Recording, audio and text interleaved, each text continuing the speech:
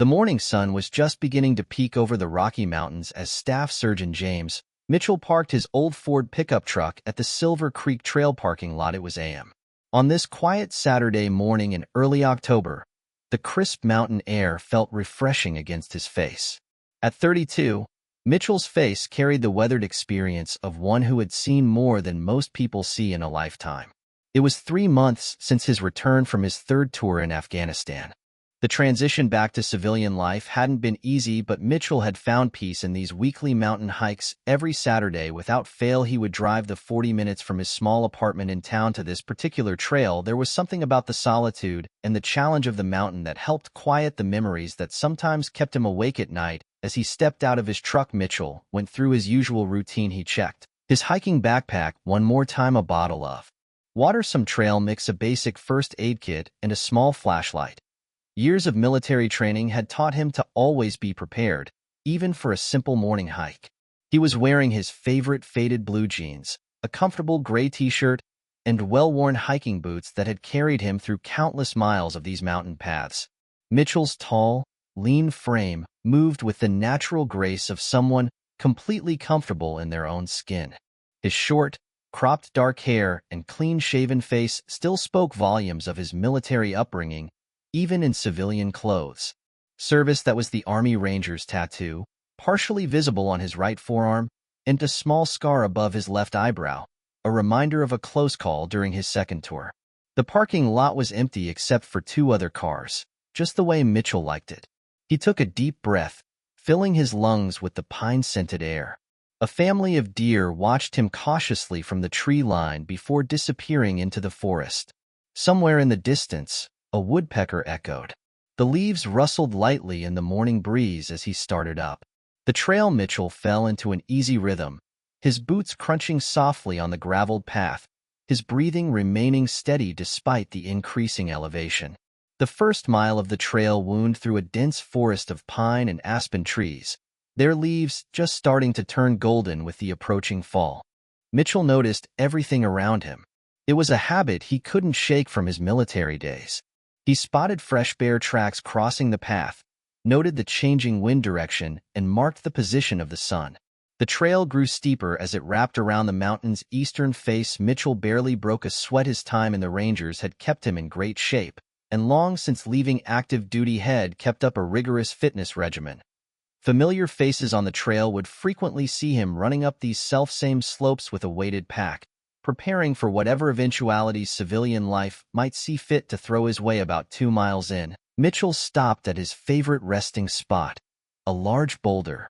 Overlooking the valley below, the morning fog was still lifting from the valleys below, were bathed in a mystical scene. The sun cut through the mist. He pulled out his water bottle and took a cautious sip, remembering his surgeon old words about maintaining resources even when supplies seemed to be abundant. Seated on the boulder, Mitchell could see the curving road he had taken up, the thin line cutting through the forest below. Town was visible in the distance, its building dots from this height upwards. Up here, the problems of the world seemed so small, so conquerable. Constant tension he carried in his shoulders began to ease, as it always did in these mountains. As he sat there, Mitchell thought about his team back in Afghanistan. He missed them, particularly Jones with his bad jokes and Rodriguez, who could somehow make coffee good to taste in whatever surroundings. He knew he made the right choice in leaving active juvie. These mountains had become his new mission, his new way of finding purpose.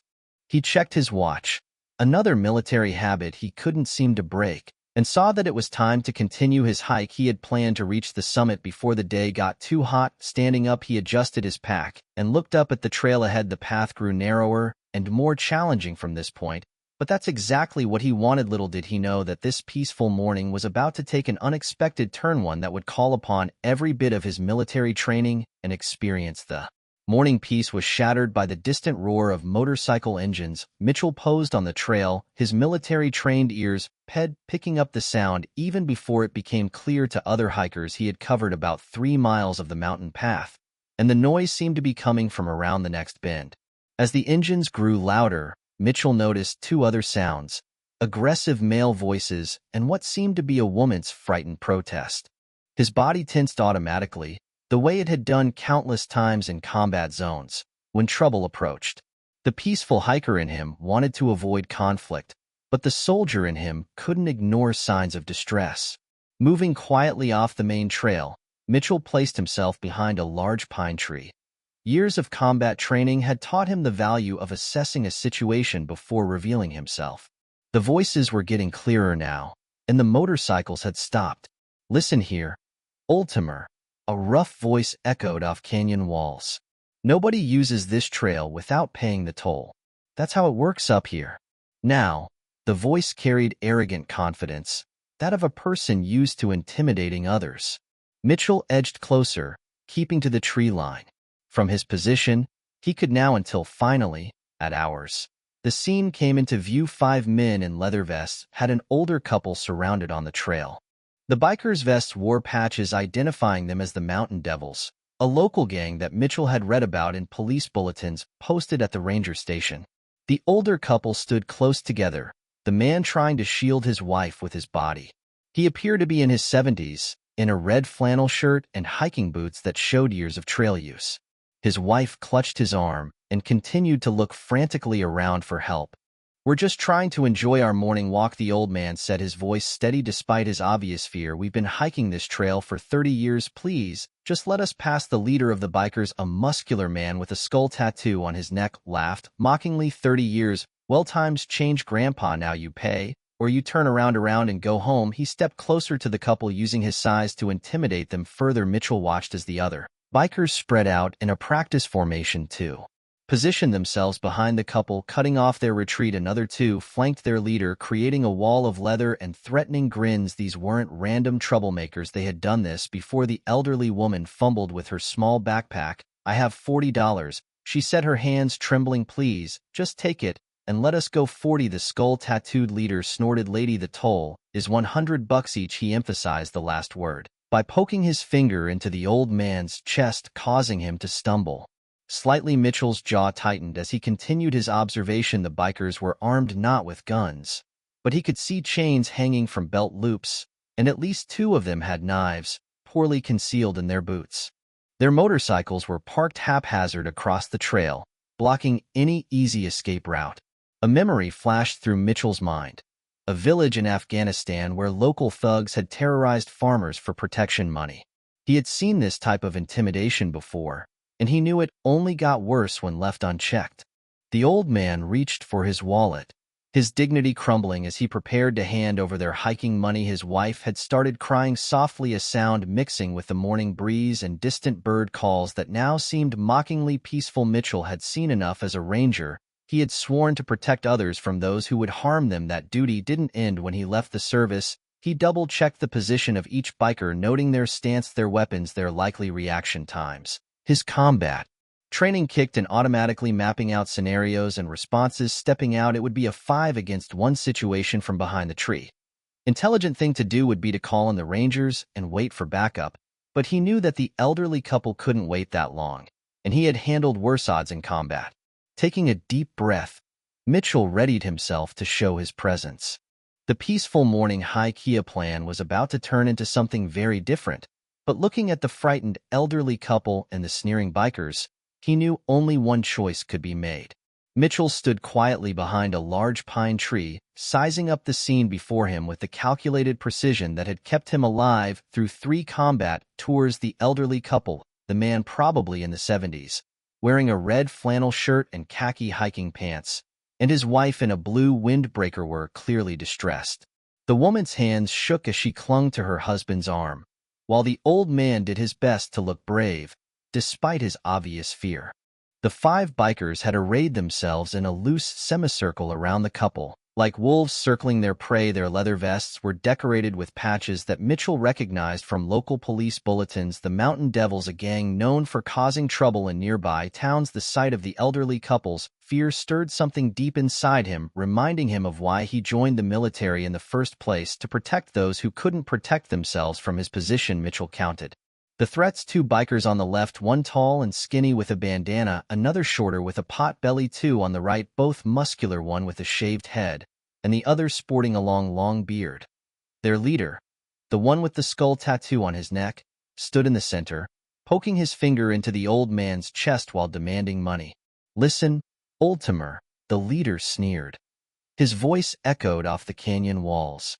"Nobody uses this trail without paying the toll. That's just how it works up here." He pushed the old man again, causing him to stumble slightly. Mitchell had seen enough. He stepped out from behind the tree, his boots deliberately crunching on the gravel to announce his presence. Heads turned toward him, he walked forward with the measured pace of a predator, his military training evident in every step. His face remained calm, but his eyes, the eyes that had seen warfare in the harshest conditions, were intensely focused. "The only thing that works up here," Mitchell said, quietly, his voice carrying the authority of someone used to being obeyed, "is letting these people continue their hike in peace." The leader's face twisted into a mocking smile. "Well, look what we got here, boys. Some Wab hero." He turned fully toward Mitchell, trying to intimidate at him with his size. "This ain't your business, friend. Walk away while you can." Mitchell took another step forward, positioning himself between the bikers and the elderly couple. He could smell the leather of their vests, mixing with stale cigarette smoke. The old woman was whispering a prayer behind him, her voice barely audible over the mountain breeze. "Sir, ma'am," Mitchell said over his shoulder, keeping his eyes on the bikers, "there's a ranger station about half a mile back down the trail. Would you mind heading that way?" His voice was soft-spoken for the couple, yet laced with an unmistakable shade of command. The older man nodded, appreciating the situation. "Come on, Martha," he said softly to his wife, starting to steer her away. "They ain't going nowhere," the leader growled, taking a step in front to block their path. But Mitchell eased himself smoothly into position, using his body as a shield between the bikers and the retreating couple. "They leaving?" Mitchell said flatly. "And you're going to let them?" His words weren't a threat, they were a statement of fact, delivered with the certainty of someone who had faced far worse odds in far more dangerous places. The leader's face was red with anger. Behind him, his gang members exchanged uncertain glances. They were used to intimidating hikers and tourists, not confronting someone who radiated such quiet confidence and control. Power. Mitchell remained perfectly still. His muscles were relaxed but ready. He could hear the elderly couple's footsteps grow faint as they made their way down the trail. The wind had picked up, rustling through the pine needles above, and a hawk circled overhead, its cry piercing the tension-filled air. The leader took a step closer now, just arm's length from Mitchell. "You got no idea of who you're messing with," he growled, his right hand curling into a fist. Mitchell didn't blink, his voice remained steady as he replied, "Actually, I think it's the other way around." He shifted his weight slightly, almost imperceptibly, preparing for what he knew was coming. Years of combat training had taught him to read people and these bikers' body language, having informed him of everything that was taking place. The situation had bred its tipping point in the next few moments. Mitchell knew things would either end peacefully or violently. Given his experience with bullies, whether in war zones or on mountain trails, he was ready for either outcome. The tension on mountain grew thick as the 5 bikers spread themselves out around Mitchell. The skull-tattooed leader, who called himself Snake, cracked his knuckles with an exaggerated gesture. The sound echoed off rocky trail walls, mixing with the distant cry of circling ravens above. "Boys," Snake announced with a cruel smile, "looks like we need to teach this guy some manners." His gang members laughed, but Mitchell noticed their laughter carried a hint of nervousness. They weren't used to targets who stood their ground. Mitchell remained motionless, his feet planted shoulder-width apart in a stance that any combat veteran would recognize as ready position. His eyes moved systematically from one biker to another, mapping their positions, just as he had done countless times during urban warfare training. The tall biker with the bandana moved first, circling to Mitchell's left. "Nice hiking boots," he sneered, "but they cost a pretty penny. Maybe we'll take those too after we're done here." His attempt at intimidation fell flat against Mitchell's unflappable calm. Snake stepped closer, his heavy boots crunching on the ground. "Tr." He stood a few inches taller than Mitchell and outweighed him by at least 50 pounds. The skull tattoo on his neck stretched as he turned his head to address his gang. "What do you say we show this nature boy what happens when somebody interferes with our business?" Mitchell spoke for the first time since the confrontation began, his voice carrying the kind of quiet authority that made everyone pause. "You got about 10 seconds to rethink this," he said. "I suggest you use them wisely." Snake's face reddened with rage. Nobody talked to him that way, especially not on his mountain. "Get him," he barked at his men. The gang members hesitated for a split second, something in Mitchell's demeanor having given them pause, but their hesitation didn't last long. The biker with the potbelly made the first move, charging forward with a wild swing aimed at Mitchell's head. Mitchell didn't even blink. His military-trained eyes had already spotted all the signs. The telegraphed punch, the poor balance, the overarm confidence as the fist came toward him. Time seemed to slow down, just like it had in combat situations. He noticed everything: the way the sunlight glinted off the biker's rings, the sound of gravel shifting under boots, the sharp intake of breath from the other gang members watching. The bandana-wearing biker tried to grab Mitchell from behind while he was distracted by the first attack, but Mitchell had spent years training for multiple opponents. He heard the crunch of gravel behind him, sensed the movement in his peripheral vision. His body reacted with the muscle memory built through thousands of hours of combat training. Snake watched in disbelief as his two men failed to lay a hand on Mitchell. His eyes narrowed and his hand moved toward the back of his vest where a bulge suggested a concealed weapon. Mitchell noticed this too. He had been 18 trained to find concealed weapons under far more difficult circumstances than this mountain trail. "I wouldn't," Mitchell said matter-of-factly, his eyes never leaving the snake's movement that would change things considerably. Implicit in his voice was a warning, and Snake's hand froze. The bearded biker who had been hanging back called out suddenly, "Hey, Snake, look at his forearm. That's an Army Ranger's tattoo." The revelation caused an almost palpable shift in the group dynamic. The reputation of the Rangers preceded them, and even these tough-acting bikers knew what it meant. Snake tried to maintain his authority, but Mitchell could see the uncertainty creeping into his eyes. "Rangers, huh?" Snake spat on the ground, but his voice had lost some of its earlier confidence. "Don't mean nothing up here in the mountains." Mitchell allowed himself a small smile, not one of amusement, but the kind of smile that suggested he knew something they didn't. 3 tours in Afghanistan," he said quietly. "Mountains there make these look like hills. Want to guess what we did in those mountains?" The air grew still. Even the wind seemed to hold its breath. The bikers exchanged glances.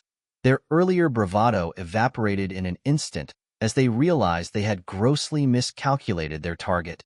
They weren't facing some random hiker. They were squaring off against a highly trained combat veteran who was looking at them with such ease he could have been outnumbered by nursery school children. Snake's next move would determine how this situation played out. His fingers twitched near his vest again. His pride wrestling with his survival instinct, Mitchell remained perfectly still, but every muscle in his body was ready. The next few seconds would determine whether this confrontation was to be resolved by words or by action. The mountain trail had turned into a heavyweight arena of tension, with Mitchell and 5 bikers locked in a tight showdown that could explode into a frenzy at any instant. The afternoon sun trailed long rays through the pine trees, and the cool breeze carried the scent of approaching rain. Snake, the gang leader, was caught up in one of those decisions that sometimes comes along that would change the course of this whole confrontation. Mitchell decided to give them one last chance. His voice remained as calm and composed as he spoke back. "In Afghanistan, we had a saying the smart fighter knows when to walk away." He kept his hands visible, but ready, his stance relaxed, but prepared for anything. "This is your chance to be smart." Snake's pride was visibly wounded. His reputation among the mountain devils was at stake. The skull tattoo on his neck seemed to grin mockingly as he tensed his jaw. "You think you are some kind of hero," he snarled. "This ain't the army, and we ain't some desert fighters. This is our territory." Behind Snake, the biker with the bandana took a small step back. The one with the pot belly was sweating despite the cool mountain air. Even the bearded biker, who had been so eager for action earlier, now looked uncertain. Only the bald one remained firmly by Snake's side, his fists clenched. "Territory?" Mitchell almost smiled. "Let me tell you about territory." His eyes never left Snake as he spoke. "In the mountains of Afghanistan, I tracked fighters who knew every cave, every rock, every trail since childhood. Men who lived their entire lives in those peaks. Want to know what happened to them when they made the bad decisions?" A faraway roll of thunder accentuated his words. The dark clouds approached, casting an ominous shadow upon the scene. Snake's hand was still near his vest, where he was hiding the weapon. "Last warning," Mitchell said, his voice falling lower and lower. "Walk away. Take your bikes. Ride out of here.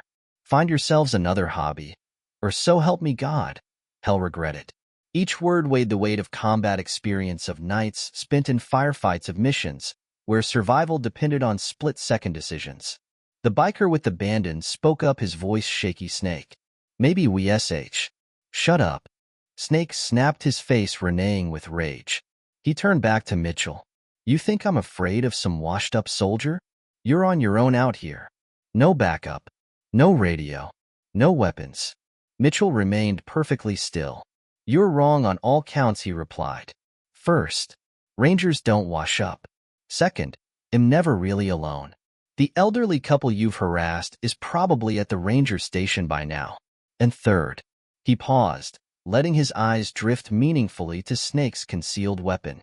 I don't need weapons to handle this situation. The wind picked up, rustling through the trees. A few drops of rain began to fall, pattering softly on the leaves above the bandana-wearing biker. Took another step back. The one with the pot belly, was looking at the trail behind him, clearly considering his options. Snake noticed his game's resolve crumbling. His authority was slipping away with each passing second. Mitchell could see the dangerous mix of fear and anger in the man's eyes. A combination had seen many times before, one that often led to rash decisions. Nobody walks away from the mountain devils. Snake crowed, his voice trembling with rage. Nobody. Mitchell sighed quietly. He seemed that looked too many times not to know what was coming next. His muscles tensed imperceptibly as he watched Snake's right shoulder drop, slightly a tell-all sign of an impending attack. Last chance, Mitchell said, each word clear and distinct. Make the right choice. The rain was falling steadily now, creating a fine mist in the mountain air. The bearded biker and the one with the pot belly had backed away, almost to their motorcycles. Only the bald one remained close to Snake, though even he looked unsure. Snake's pride went out over reason. With a roar of rage, he lunged forward, his right hand finally pulling the concealed weapon, a heavy chain, from his vest. The metal links glinted in the dim light as they swung toward Mitchell's head. Time seemed to slow down. Mitchell's training kicked in, his body ready to respond to the attack had seen coming from the beginning. The next few seconds would prove to Snake and his gang why challenging a ranger had been the worst decision they'd made in a very long time. As Snake's chain whistled through the rain-filled air, Mitchell's combat training took over. Time seemed to slow down as his body moved with the fluid precision that had been drilled into him through years of military service. The chain missed his head by inches as he stepped sideways, the movement so natural it looked almost effortless. Before Snake could recover from his wild swing, Mitchell grabbed the chain mid-arc. In one smooth motion, he yet it forward while evading, using the momentum of Snake against him. The gang leader stumbled forward. His eyes went wide in shock as his feet left the ground. A second later, Snake crashed face first into the muddy trail. The impact knocked the wind from his lungs. The bald biker charged forward with a roar, throwing a heavy punch aimed at Mitchell's kidney. But Mitchell had already anticipated this move. He shifted his weight, allowing the punch to sail past him. In the same fluid motion, he trapped the biker's extended arm, using a simple joint lock that every are learned in basic combat training. Arc, the bald biker screamed as Mitchell applied just enough pressure to send him down to his knees. The Sam echoed off the mountain walls, mixing with the pattering rain. Snake was struggling to his feet, mud dripping from his leather vest. His face was a mask of rage and disbelief. He had never been humiliated like this, especially not in front of his gang. With an angry growl, he pulled a switchblade from his boot, a desperate move that Mitchell had seen coming. Really bad decision, Mitchell said calmly, releasing the bald biker. With a warning twist of his arm, the bald man crawled away, clutching his shoulder. Snake lunged forward with the knife, but his movements were sloppy with anger. Mitchell stepped inside his attack, his right hand catching Snake's knife hand, while his left forearm struck the gang leader's chest in a movement that looked almost Torah. Mitchell redirected Snake's charge into a controlled fall. The knife clattered away on the rocky trail as Snake hit the ground for the second time. The biker with the bandana finally found his courage and attacked Mitchell from behind. However, years of combat training had made Mitchell never to forget about multiple threats.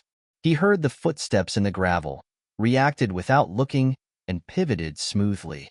Mitchell used his attacker's momentum to flip him over his hip. The bandana-wearing biker landed hard on his back, gasping as the air left his lungs.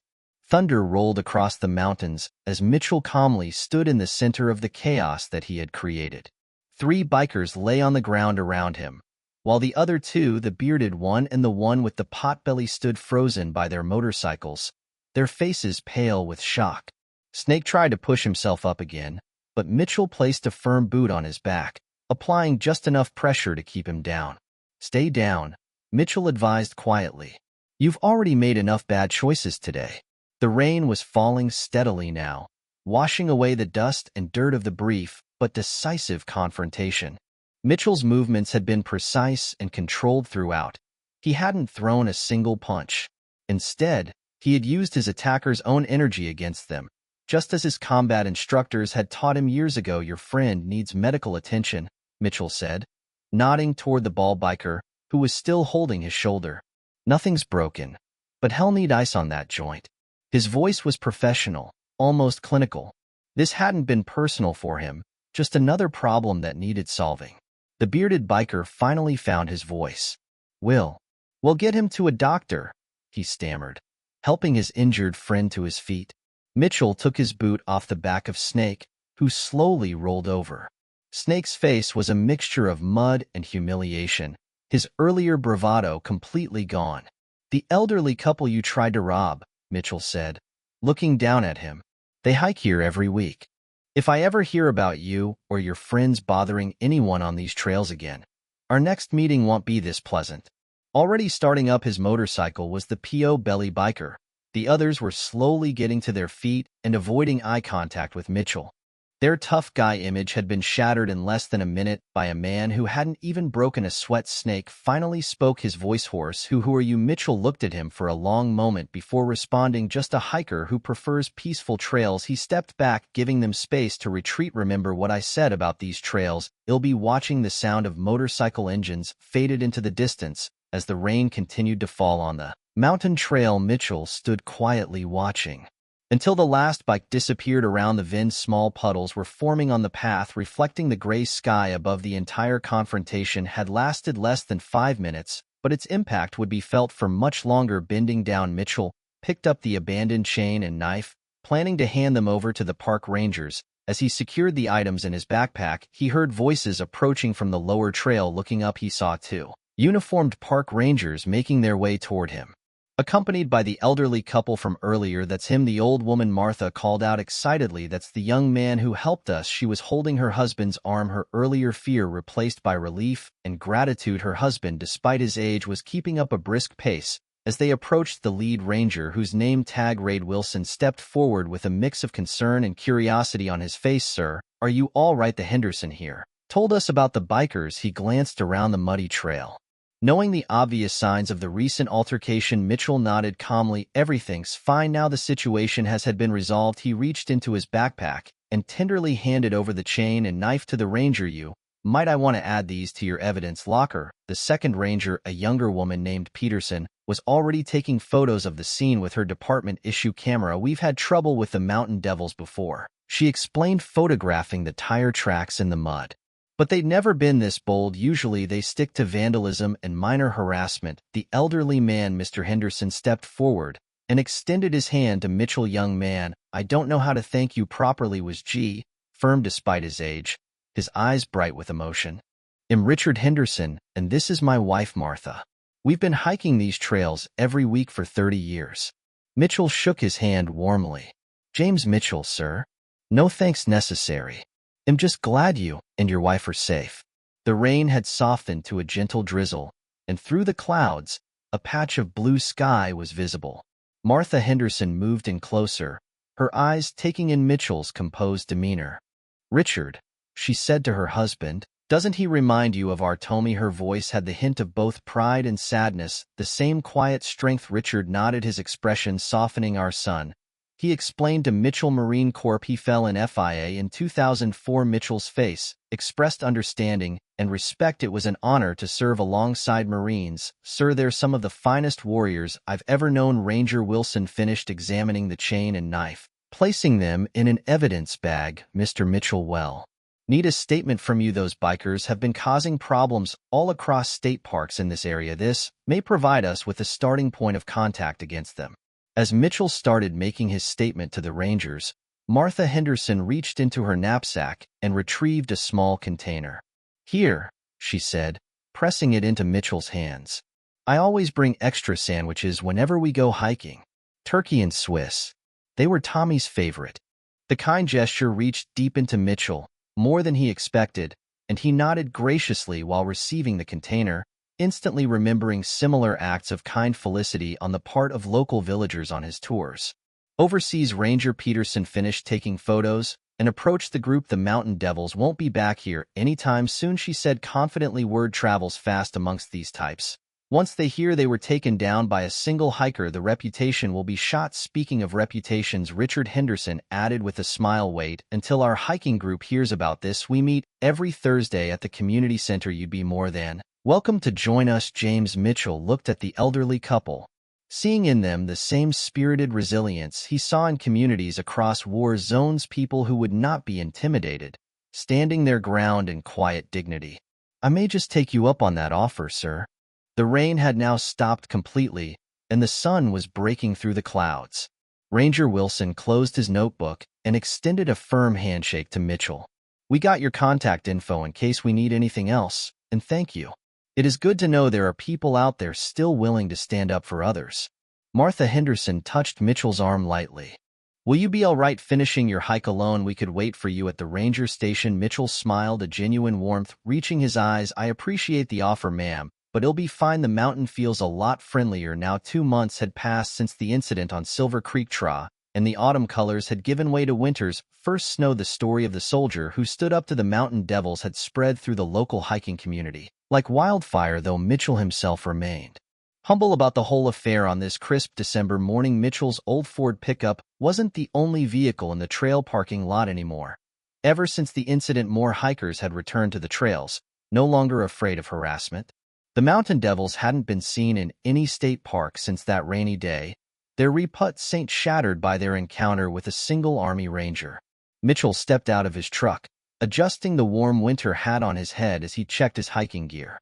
He heard familiar voices calling out to him. The Hendersons were making their way across the parking lot, bundled up against the cold. They weren't alone. Behind them came 6 other hikers, all members of their Thursday hiking group. James. Martha Henderson waved cheerfully, her breath visible in the cold air. Perfect timing. We were hoping to catch you this morning. She had taken to packing extra sandwiches every Saturday, knowing Mitchell would be on the trail. Richard Henderson reached out to shake Mitchell's hand. The Rangers called yesterday, he said with a satisfied smile. They've arrested 3 members of the Mountain Devils, something about harassment charges across 5 different counties. Your statement helped build the case. Mitchell nodded, pleased, but not surprised. Good to gear, sir. The trails belong to everyone, not just those who try to claim them through fear. The other hikers gathered around, their faces friendly and familiar now. Over the past weeks, Mitchell had gradually become part of their community. There was Bob, a retired high school teacher who knew every bird call in the mountains, Sarah, an emergency room nurse who carried the most comprehensive first aid kit Mitchell had ever seen, and Mike, a former park ranger who could tell tales about these trails for hours. You know, Sarah said, adjusting her backpack, since you started patrolling these trails, we've seen families coming back. Last weekend, I counted 3 school groups doing nature studies. Hasn't been this busy since before the bikers started causing trouble. Mitchell had noticed the change too. The trails were coming alive again with the sounds of children's laughter, elderly couples walking hand in hand, and outdoor enthusiasts with cameras and binoculars started to come out. Reminded him of why he had joined the Rangers in the first place, so that people could have the freedom to exist, without fear. If the community center asked if you'd consider giving a talk about trail safety, Bob mentioned, as they started up the path. Nothing too formal, just some general tips for hikers in light of recent events. People really appreciate your experience. Mitchell mulled over the offer. He'd been avoiding public speaking since his return from Afghanistan, content instead with the solitude of his morning hikes. But yet, something had felt different in these last months. He felt the mountains had healed him, and it was now time to give something back. I think I can do that, he said, his breath clouds in the chill air. Maybe do a little navigation skill sharing, some basic self-defense, what to bring in case of an emergency. Martha beamed at his response. That's wonderful, and then we can all have some of my turkey sandwiches. The whole hiking club swears by them. Now they were going to trek higher up the trail. The group naturally fell into a comfortable formation. Mitchell found himself walking alongside Richard Henderson, with whom would become kind of a father figure to him, Son Richard said quietly when we lost Tommy Martha and I thought about giving up hiking these trails held too many memories. He paused looking at the snow-covered peaks ahead, but then we realized that this is where he wants us to be and now seeing how you've helped make these trails safe for everyone, well, it feels like Tommy's spirit is still watching over this place. Mitchell felt a familiar tightness in his throat. Your son would be proud, sir, of both of you. They came to the boulder where Mitchell had first seen the bikers that rainy day. Someone had put in a little wooden bench there now, the plaque that read, "For all who protect these trails." Mitchell smiled as he remembered how just a few months ago had sought solitude in these mountains to escape his memories of war. Instead, he found a new purpose and a new family. The trails had given him more than just peace. They'd given him a home, a community, and a chance to continue serving others, not with weapons of war, but with the quiet strength had learned in combat. As the group continued their hike, the morning sun caught the fresh snow, making the whole mountain sparkle. Mitchell looked at the peaceful faces around him and knew that some battles were worth fighting, not for glory or revenge, but for the simple right of good people to walk without fear in beautiful places.